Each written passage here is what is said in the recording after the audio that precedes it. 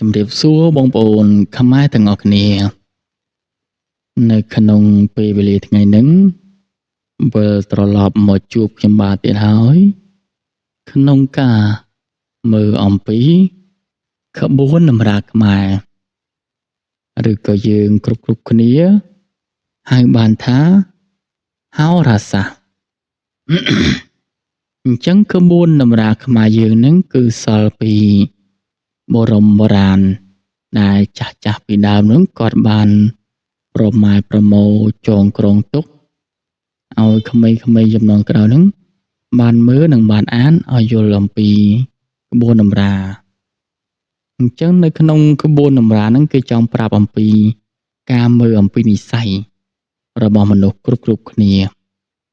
ព្រោះថាមនុស្សគ្រប់គ្នាគឺមាននិស្ស័យខុសគ្នាអ្នកខ្លះគេអាចដឹងអំពីនិស្ស័យរបស់មនុស្សហ្នឹងគឺមើលត្រង់រូបរាងឬក៏បាតដៃឬក៏ខែឆ្នាំឬក៏ទំរង់មុខឬក៏លក្ខណៈប្រជ្រុយអញ្ចឹងនៅក្នុងក្បួនតម្រាខ្មែរហ្នឹងចាស់ពីដើមគាត់បានប្រម៉ែប្រមូលអញ្ចឹងហើយចងក្រងទុកដើម្បីឲ្យក្មេងៗហ្នឹងបានមើលនិងយល់អំពីក្បួនតម្រាយើងអញ្ចឹងនៅក្នុង channel របស់ខ្ញុំហ្នឹងខ្ញុំក៏បានមើលបានខ្លះដែរអំពីក្បួនតម្រាខ្មែរហ្នឹងដូចជាមើលអំពីខែឆ្នាំគូស្រករក៏ខ្ញុំមើលបានគ្រប់គូដែរនិងមើលអំពីថ្ងៃកើតនិងខែកើតក៏ខ្ញុំមើលគ្រប់អស់ដែរហើយខ្ញុំបានមើលអំពីជោគជតារាសីអញ្ចឹងមកបងប្អូនណាក៏ចង់ស្ដាប់ឬក៏ចង់ដឹងអំពីជោគជតារាសីនិងដឹងអំពីខែឆ្នាំនិងដឹងអំពីថ្ងៃកើតខែកើតអីបងប្អូនអាចចូលនៅ channel របស់ខ្ញុំហើយអស់រកវីដេអូពីមុនមករបស់ខ្ញុំដែលខ្ញុំមើលរួចហើយហ្នឹងបងប្អូនរកវីដេអូរបស់បងប្អូនត្រូវការបានអញ្ចឹងមកដល់ថ្ងៃហ្នឹងគឺជាថ្ងៃដែលខ្ញុំត្រូវមើលអំពីជោគជតារាសីរបស់ឆ្នាំទាំង12របស់យើងហើយឆ្នាំនៅក្នុងថ្ងៃហ្នឹងជាឆ្នាំចុងក្រោយព្រោះតែឆ្នាំដែលខ្ញុំមើលហ្នឹងគឺមើលបាន11ឆ្នាំហើយឆ្នាំចុងក្រោយហ្នឹងឆ្នាំទី12គឺឆ្នាំកុរអញ្ចឹងលោកអ្នកដែលគាត់កើតឆ្នាំកុរបងប្អូនត្រៀមស្ដាប់តើរាសីលោកអ្នកហ្នឹងល្អឬក៏អាក្រក់ឡើងឬក៏ចុះមានលៀបឬក៏មានគ្រោះអញ្ចឹងមកបងប្អូនចង់ដឹងបងប្អូនតាមដានស្ដាប់ជាមួយនឹងខ្ញុំទាំងអស់គ្នារៀងបដាសាយបងប្អូនមិនសូវបានចេញវីដេអូទេដោយសារតែអាកាសធាតុវាចោតត្រជាក់ខ្លាំងតែអញ្ចឹងជំងឺអាឡែកស៊ីចំមុះរបស់ខ្ញុំឲ្យតែត្រូវខ្យល់ត្រជាក់បន្តិចដឹងតែតឹងចំមុះតែឥឡូវដោយសារតែខ្ញុំមានស្ប្រាយបាញ់ចំមុះអញ្ចឹងវាអាចធូរមួយកម្រិតដែរនិយាយទៅបើអត់មានស្ប្រាយនឹងវិញទេគឺពិបាកដុតដង្ហើមមកដោយសារតែពីមុនមកយើងមិនសូវចេះការពារពាក់ម៉ាស់ពាក់អីចឹងវាកើតជាអាឡែកស៊ីចំមុះអញ្ចឹងជំងឺនឹងមិនងាយព្យាបាលជាបងប្អូនអើយជំងឺនឹងគឺរ៉ាំរ៉ៃនិយាយទៅតាមអនឡាញគឺខ្ញុំប្រើប្រាស់ច្រើនបងប្អូនពាក្យច្រើនគឺមិនត្រូវទេ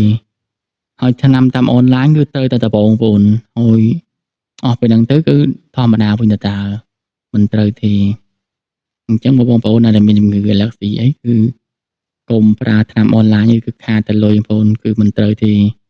ពាក្យច្រើនគេនិយាយថាថ្នាំគេល្អតែក៏ពិតគឺមិនត្រូវជំងឺយើងទេ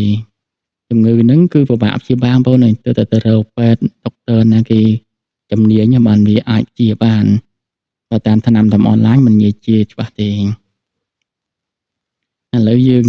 កុំអាននិយាយរឿងហ្នឹងយើងមកចូលពីជោគជតារាសីរបស់ឆ្នាំយើងទាំងអស់គ្នា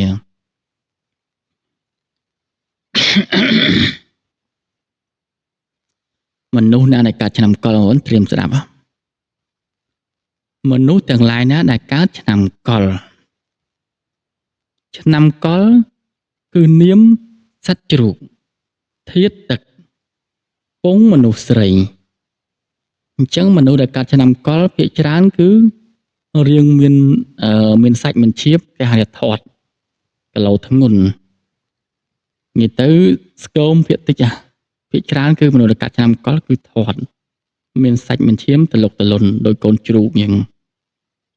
ហើយឆ្នាំកុរបើគិតទៅមនុស្សកើតឆ្នាំកុរហ្នឹងគឺចិត្តទាំងតិចមិនសូវឆេវឆាវតមាត់តមីទេច្រើនតែចិត្តនឹងថឹងច្រើនអនថាមនុស្សឆ្នាំកុរមិនសូវសម្បូរបញ្ញាប្រហែលទេយើងឆោតបន្តិចតែថាគេឆោតហ្នឹងឆោតគេនឹងណែមិនមែនឆោតទៅពីទៅពីទេអត់ទេឥ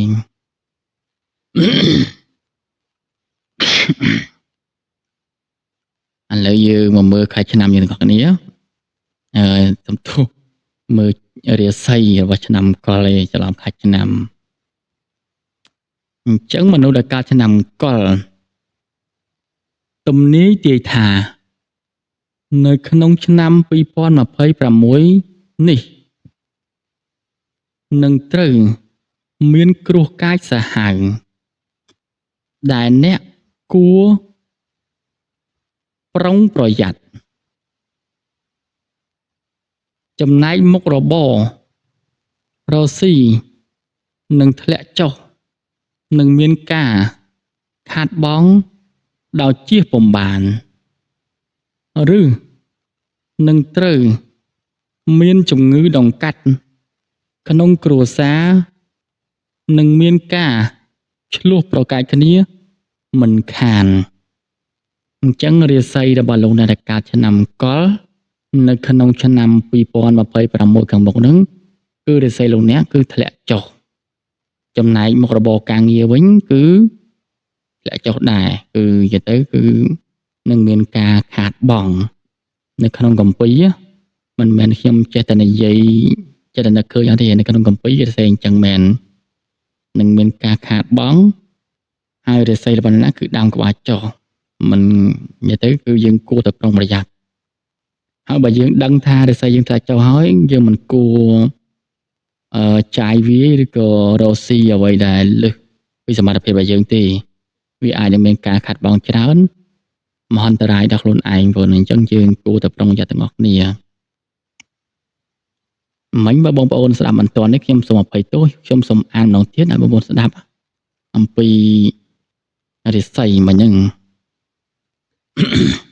កុំឲ្យតែខ្ញុំចេះតែនិយាយយល់ថាតាមនឹកឃើញ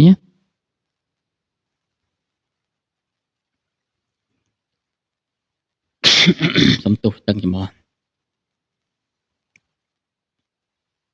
មនុស្សដែលកើតឆ្នាំកុរទំនាយទាយថានៅក្នុងឆ្នាំ2026ខាងមុខនឹងនឹងត្រូវមានគ្រោះកាចសាហាវដែលអ្នកគួរប្រុងប្រយ័ត្នចំណែកមុខរបររកស៊ីនឹងធ្លាក់ចុះនឹងមានការខាតបង់ដោយជៀសពុំបានឬនឹងត្រូវមានជំងឺដង្កាត់ក្នុងគ្រួសារនឹងមានការឆ្លោះប្រកែកគ្នាមិនខានអានេះជាក្នុងកម្ពីគឺគេស្អីអញ្ចឹងហើយបើយើងដឹងអញ្ចឹងហើយយើងគួរតែប្រុងប្រយ័ត្នណាបងណាកុំតាមមិនជឿឬហោរាសាស្ត្រឬក៏កម្ពីអ្វីផ្សេងគឺមិនជឿទេអាហ្នឹងយើងជឿមិនជឿយើងគួរតែប្រុងប្រយ័ត្នដែរព្រោះថារាសីក្នុងកម្ពីគឺគេទៅសេគឺមិនមែនថាត្រូវ 100% បងតែយើងគួរតែជឿខ្លះដែរព្រោះថាកម្ពីតម្រាក្បួនតម្រាខ្មែរហ្នឹងមិនមែនគេចិត្តទៅសេទេគឺចាស់ពីដើមគាត់ឃើញរឿងនឹងកើតឡើងរួចហើយបានគាត់ហ៊ានទៅសេចងក្រងទុកឲ្យយើងហ្នឹងមិនមែនគេនឹកឃើញទៅសេនឹកឃើញទៅសេទុកឲ្យយើងអានទៅពីទៅពីអត់ទេ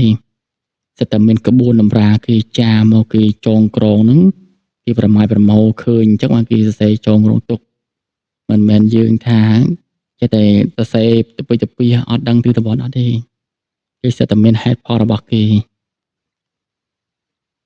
អញ្ចឹងការមើលអំពីជោគជតារាសីរបស់ឆ្នាំកុរនៅក្នុងថ្ងៃហ្នឹងគឺមានតែប៉ុណ្្នឹងប៉ុណ្ណាអញ្ចឹងលោកអ្នកដែលកើតឆ្នាំកុររាសីលោកអ្នកនៅក្នុងឆ្នាំ2026ខាងមុខហ្នឹងគឺរាសីធ្លាក់ចុះអញ្ចឹងលោកអ្នកគួរតែប្រុងប្រយ័ត្ន និយាយទៅហាមផ្ដាច់រឿងធ្វើដំណើរឆ្ងាយវាអាចនឹងមានគ្រោះថ្នាក់ដល់ជាការអាចនឹងមានគ្រោះថ្នាក់ដោយប្រការណាមួយអញ្ចឹងយើងគួរតែប្រុងប្រយ័ត្នណាព្រោះឥឡូវនេះខ្ញុំមិនមែនថាខ្ញុំចិត្តតែនិយាយប្អូណាគឺប្រហែលខែហ្នឹងគឺសបោគ្រោះថ្នាក់ចរាចរណ៍នៅក្នុងប្រទេសយើងគឺភាគច្រើនគឺមិនសូវមានជីវិតទេភាគច្រើនស្លាប់តែហ្មងព្រោះថាម្នាក់គឺគាត់